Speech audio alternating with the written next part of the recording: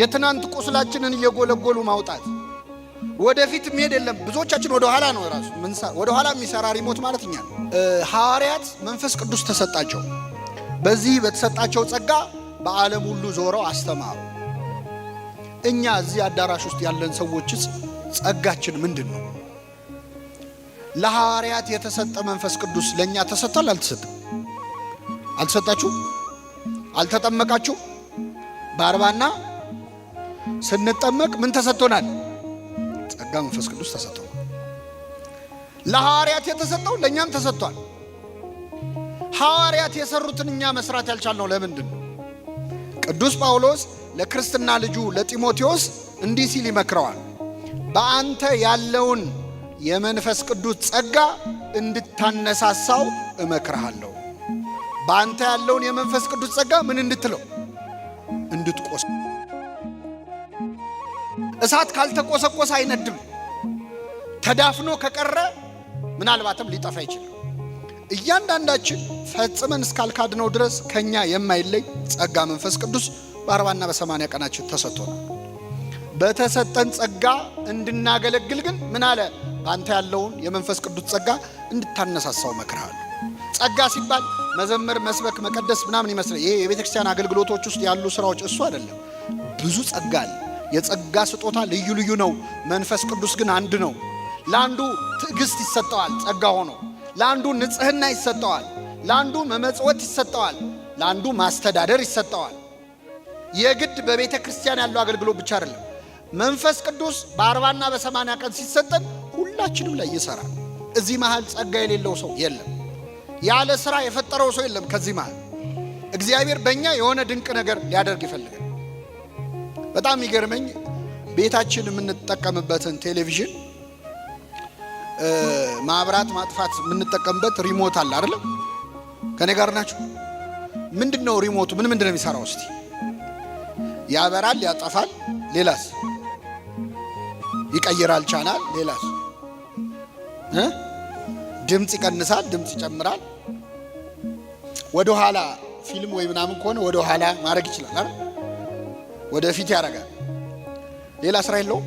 እላዩ ላይ ያሉት ነጠብጣቦቹ የሚነኩት ነገሮች ትንሽ ናቸው ብዙ ናቸው? እኛ የምንጠቀመው ግን 5 አይሆንም። ብዙዎቻችን የምንጠቀመው ማጥፋት፣ ማብራት፣ ድምጽ መቀነስ፣ ድምጽ መጨመር፣ ወደ ኋላ ወደፊት። የቀሩት ምንድነው የሚሰሩት? እስቲ ቤት ሂዱና ያዋቸው። ምን እንደሚሰሩ ሳናቅ ልንሞት ነው። ገዝተነው ገንዘብ አውጥተንበት ያ ሁሉ ጠቅ ሲደረግ የሚሰራ በጣም ብዙ ነገር አለው፣ ግን አልተጠቀምንበት። ሪሞት ውስጥ ችግር የለውም። እኛ ራሳችን እኮ እንደዛ ነን። እግዚአብሔር የሰጠን ጸጋ በጣም ብዙ ነው፣ ግን የምንችለው ማብራት፣ ማጥፋት፣ መተኛት፣ መነሳት፣ ድምጽ መጨመር፣ መጮህ ማለት ነው፣ ድምጽ መቀነስ። እንደውም አንዳንዶቻችን ሪዋይንድ ነው፣ ወደ ኋላ እየሄድን ስለ ትናንት ህይወታችን ማውራት፣ የትናንት ቁስላችንን እየጎለጎሉ ማውጣት። ወደፊት መሄድ የለም። ብዙዎቻችን ወደ ኋላ ነው ራሱ ወደ ኋላ የሚሰራ ሪሞት ማለት እኛ ነው። ሌሎቹስ ቢነኩ ብዙ ተአምር የሚሰሩ ነገሮች ተሰጥቶናል። እግዚአብሔር እያንዳንዳችን ውስጥ ያስቀመጠው ጸጋ አለ። እንድታነሳሳው እመክርሃለሁ። አንዱ መጥምቁ ዮሐንስ ነው ለክርስቶስ መንገድ የጠረገው። በእድሜ ትንሽ ነው፣ በአጭር ጊዜ ነው ያገለገለው። ዮሐንስ 6 ወር አገልግሎ የሰራውን ስራ እኛ 6 ዓመት አገልግለን ለምንድን ያቃተን? በአንተ ያለውን የመንፈስ ቅዱስ ጸጋ እንድታነሳሳው እመክርሃለሁ። ጸጋ ሲባል የንግግር ችሎታ ምናምን አይደለም። በጣም መጽሐፍ ቅዱስ ላይ ያሉ ዋና ዋና ስራ የሰሩ ተናጋሪዎች ንግግር የማይችሉ ሰዎች ነው። ለምሳሌ እስራኤልን ከግብፅ ነፃ ያወጣው ነቢዩ ማን ነው? ሙሴ ነው። ሙሴ ኮልታፋ ነው። የእግዚአብሔር ቀን አይገርማችሁ? ኮልታፋ ሰው አሁን አፈጉባኤ ይሆናል ለምክር ቤት። እግዚአብሔር ግን አፈጉባኤ አድርጎ የመረጠው ኮልታፋው። ያንተ ምላስ ለኔ ምንም አይሰራም ነው። ሙሴ ደና ጉልበት እያለው አልሰራበትም እግዚአብሔር። ትዝ ይላችኋል? ሙሴ ቤተ መንግስት ውስጥ ነበረ፣ ለፈርዖን ቅርብ ነበረ፣ የግብፅን ቋንቋ ያውቃል። ስትራቴጂካሊ ጥሩ ቦታ ላይ ነው ያለው። እስራኤልን ነፃ ሊያወጣ ሲሞክር ግን አላወጣቸው። ወጣት ነው፣ ለእስራኤላዊው አግዞ ግብፃዊውን ገደለው። እንኳን እሱን ነፃ ሊያወጣ እሱም ስደተኛው ነው፣ ተባረረ። 40 ዓመት ሙሉ በበረሃ በምድረ በዳ ኖረ። 80 ዓመት ሲሞላው እግዚአብሔር ሕዝቤን ነፃ አውጣ አለው። ስንት ዓመት ሲሞላ? አሁን ለሥራ የሚመቸው ከ40 ዓመትና ከ80 ዓመት የትኛው? ደና ጉልበት ያለው መቼ ነው? አልፈልግም አለ እግዚአብሔር። አይፈልግም። ያንተ ጡንቻ ለኔ ምንም አይሰራም። ግብጽ ውስጥ ስትራቴጂካሊ ቤተ መንግስት ውስጥ እያለ የፈርዖን ቋንቋ ተናጋሪ አልፈልግም። መቼ ነው የሰራበት? እጸጳጦስ እግር ስር ወድቆ ሲደፋ ነው። ምድረ በዳ ላይ ሄዶ በረሃብ ሲቆላ ሲጾም መከራ ሲያይ ያኔ ህዝቤን ነፃ አውጣ። እግዚአብሔር ስራ የሚሰራው በእኛ እውቀት እንዳይመስለን፣ በእኛ ጉልበት እንዳይመስለን፣ በእኛ ንቃተ ህሊና። እኔ በቤተ ክርስቲያን ለሰበካ ጉባኤም ለማህበራትም ጥሩ ሰው ይመረጥ ይባላል። አንዳንዴ የተማሩ ትልቅ ስልጣን ያላቸው ምናምን ሰዎች ደና ድሪም ቲም የሚባል ደና ሰው ይሰብሰብ ይባልና ተሰብስበው ተበጣብጠው ይበተናል። ለምን? እግዚአብሔር በእኛ እውቀት አይሰራም። በትሁታን ነው እግዚአብሔር የሚሰራው። እችላለሁ በሚሉ ሰዎች ሰርቶ ያውቅ። በታሪኩ ሰርቶ ያውቅ። 12 ሐዋርያት አሁን ጾማቸውን ምን ጾምላቸው የምሁራን ስብስብ መሰሏችሁ? እንደ የሰለጠኑ ሰዎች አይደሉም። ከ12 ሐዋርያት 11 የገጠር ሰዎች ናቸው። የሰሜን እስራኤል የገሊላ ሰዎች ናቸው። ከ12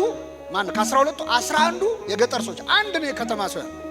እሱም ይሁዳ ነው። ይቅርታ አድርጉልኝ አዲስ አበባ ልጆች፣ ይሁዳ ነው የከተማ ልጅ። ትቢቱም አልተቻለ መጨረሻ። ኮልታፎች፣ ንግግራቸው አንደበታቸው ርቱዕ ያልሆነ ፈሪዎች፣ ተጠራጣሪዎች፣ በእነሱ ድክመት እግዚአብሔር ስራ ሰራ። ኃይሌ በድካምህ ይገለጣል ብሎታል። እስኪ በሉ ኃይሌ በድካምህ። በቃ እግዚአብሔር በደካሞች ነው የሚሰራው። ባለቅኔ ነው። በቃ ከስግ እንዴ ኤልያስን የመገበው ቁራ ነው። የእግዚአብሔር ቅኔ እኮ ይገርማል። ለኤልያስ ጧት ስጋ እያመጣ ያበላው ቁራ ነው። እንደው ካልጠፋ ወፍ ማለት ነው። ስጋ መስጠት የማይፈልግ ወፍ ማን ነው?